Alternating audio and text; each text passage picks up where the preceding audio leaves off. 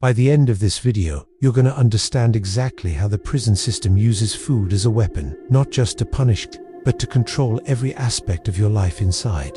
And I'm gonna show you the one thing that happens in month 3 that changes everything.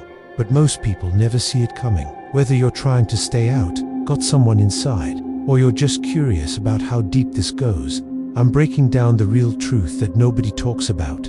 Here's something that's gonna mess with your head. And it connects to that month 3 thing I mentioned, but we'll get there. Picture this. You're a grown man, 200 pounds. Now someone cuts your food to 1,200 calories a day. That's less than what hospital patients get lying in bed all day. But here's the thing most people don't get. This isn't about saving money. This isn't about punishment. This is the first step in a process that I didn't understand until I saw what happens to guys who've been inside for years. See, when your body's running on empty, your brain can't function right. You can't think clearly, you can't plan, you can't organize, you can't fight back. And that's exactly how they want you. I'm talking about grown men losing 40, 50 pounds in their first months inside, not getting healthy, wasting away. And this is where the psychology gets really twisted. Because while you're getting weaker, remember that month 3 situation I mentioned. Well, this starvation is setting you up for it. But first, you need to see what's happening right in front of your face. That makes it even worse. The same people keeping you locked up are eating like kings right in front of you.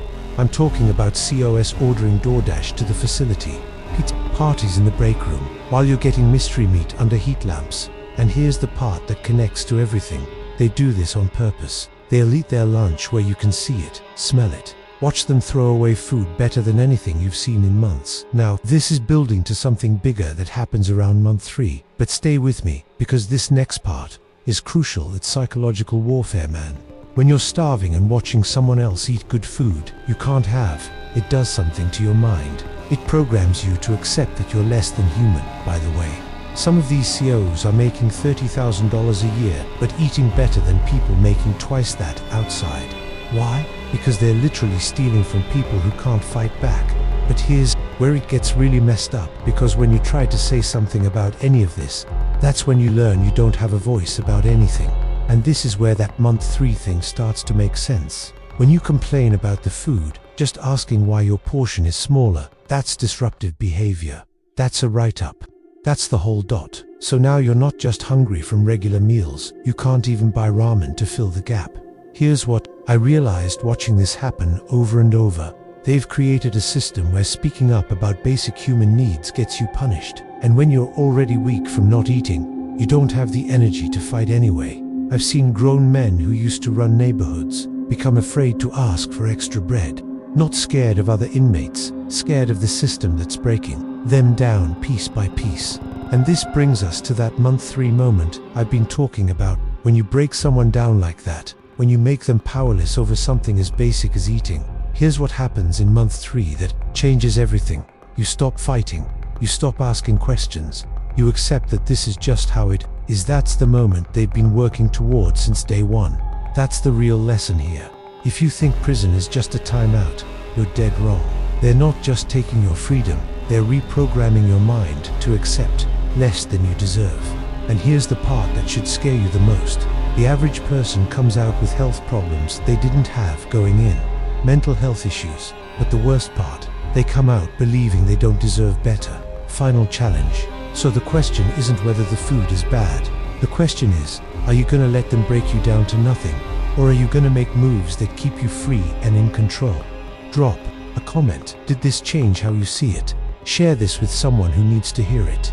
Because the more people understand this game, the more power we have to stay out of it. So here's what you need to walk away with today. This food thing isn't just about being hungry. It's a system designed to break your spirit, control your mind, and keep you coming back. Remember that month 3 moment I mentioned? That's when most people stop fighting completely. They accept hunger. They accept being treated like animals. And that's exactly when the system has won. But now you know the game. Whether you're out here making moves on the street, or you got family inside, or you're just trying to understand how deep this goes, you can't unsee what I just showed you. The first step. share this knowledge. Because the more people understand how this system really works, the less power it has over all of us. If this opened your eyes to something you didn't know before, hit that subscribe button right now. Because I'm breaking down the real truth about prison life that nobody else is talking about. And drop a comment, tell me what you think about these prison food tactics. Did this change how you see the system? And listen, if you know someone who needs to see this, someone who's still out here thinking prison is just a timeout, share this video with them right now. This could be the reality check that changes their whole perspective. Because what I showed you today about food, that's just the beginning. The psychological games they play inside go way deeper than most people realize. And if you want to see how deep this rabbit hole goes, check out my video on relevant video title.